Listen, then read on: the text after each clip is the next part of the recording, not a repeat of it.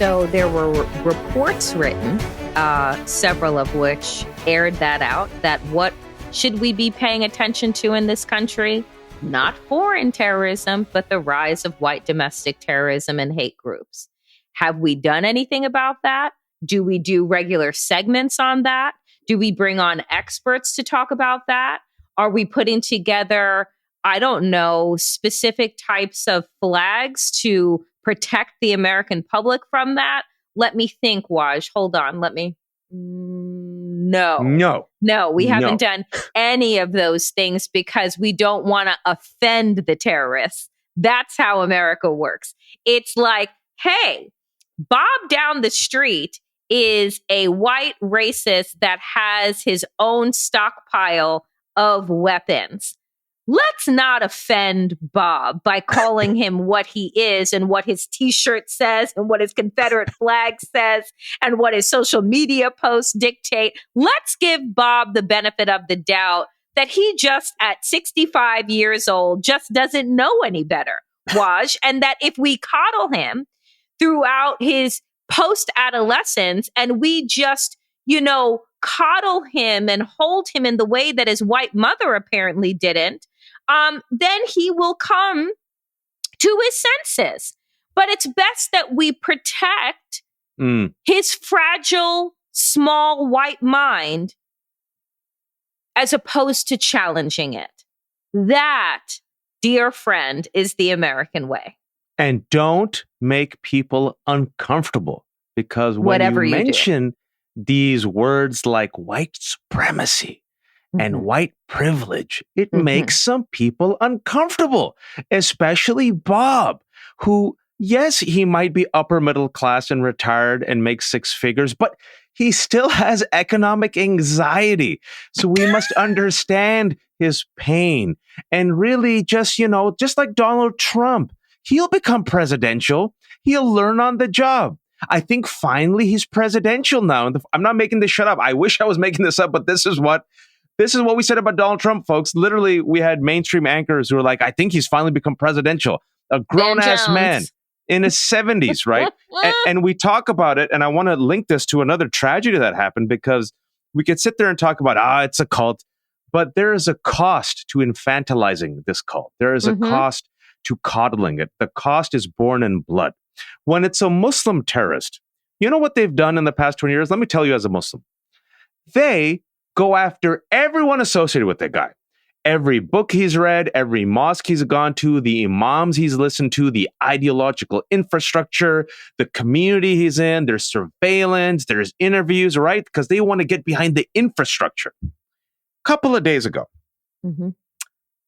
a senior citizen, a beloved white woman, a mother, a straight woman, a mother of 9 in LA, had a boutique.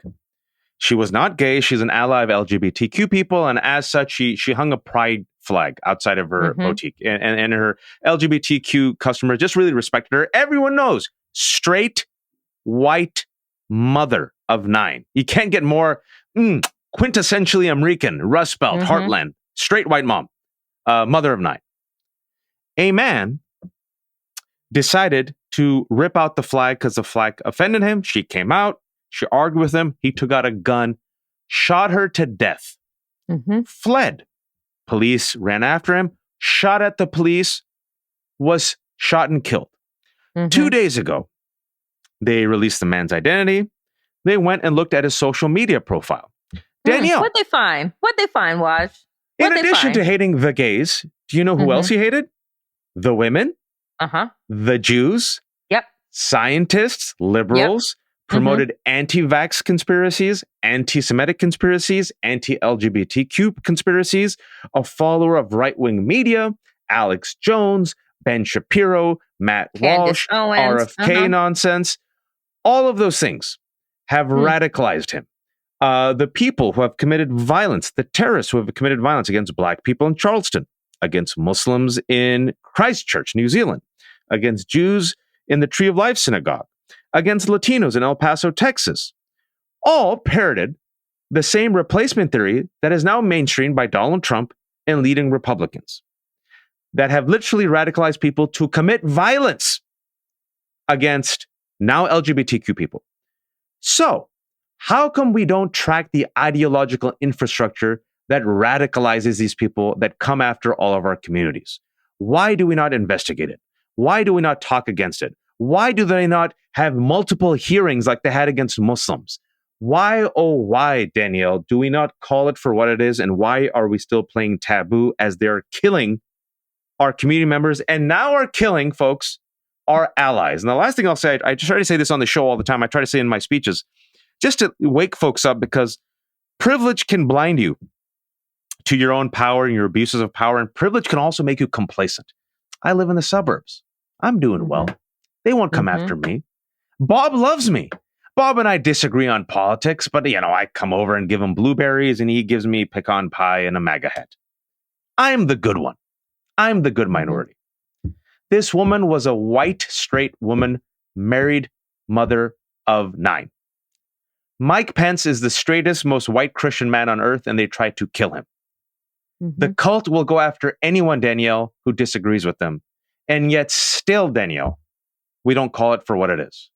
Why? Sorry for my rant. No, because what is important here, when you ask why, and the answer that I'm going to give is the answer that we give on this show, the answer that you and I give when we go on television, the answer that is the answer is whiteness. Why don't we go into? Because you would have to then force an infantilized population of people to look in the mirror and take stock of their religious doctrine, take stock of their news outlets, take stock of their history books and everything else that has told them that their way is the supreme way, is the normal way, and everything else is alt from that.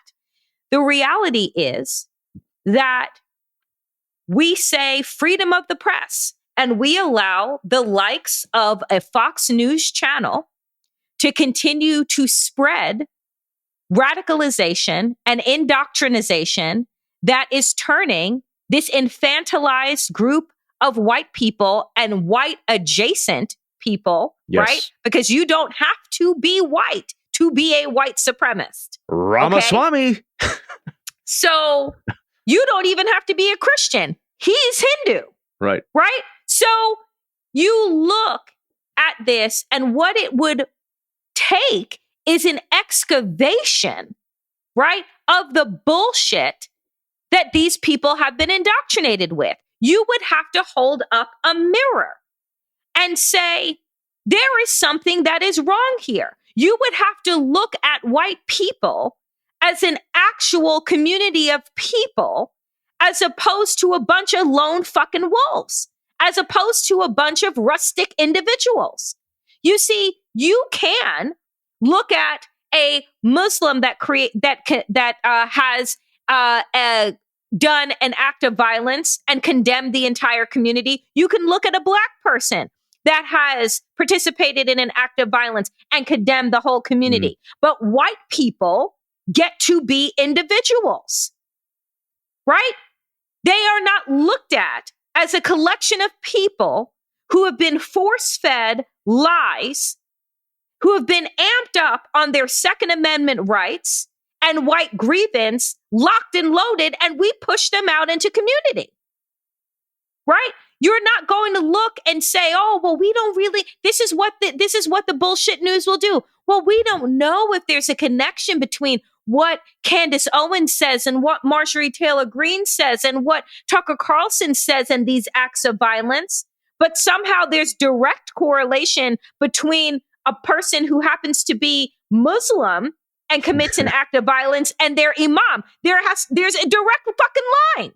Our whole community. And with black people, it's always BLM. All of it, Danielle. So if you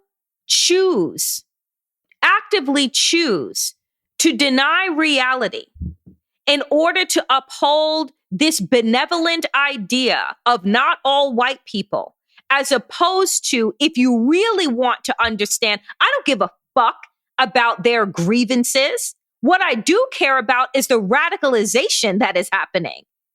right? That is turning neighbor against neighbor. And you don't even have to be queer. You don't even have to be a person of color. That is what should scare the shit out of all of these white folks. I mean, we look and see, look at what just happened in Tennessee. Yeah.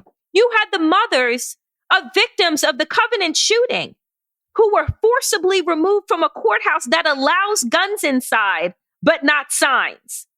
White moms. That say kids over guns. White mothers. Yep. Dragged Suburban out white moms. for sitting silently and holding up a sign that says kids over guns. Because to the white, Republican, patriarchal establishment, that is more dangerous than the AR-15. It made them uncomfortable. And so as we talk about it, and you asked me, you asked me, the first question you asked me was, why do you have experience dealing with this? They come after me hard. And I want to remind everyone that it is a minority.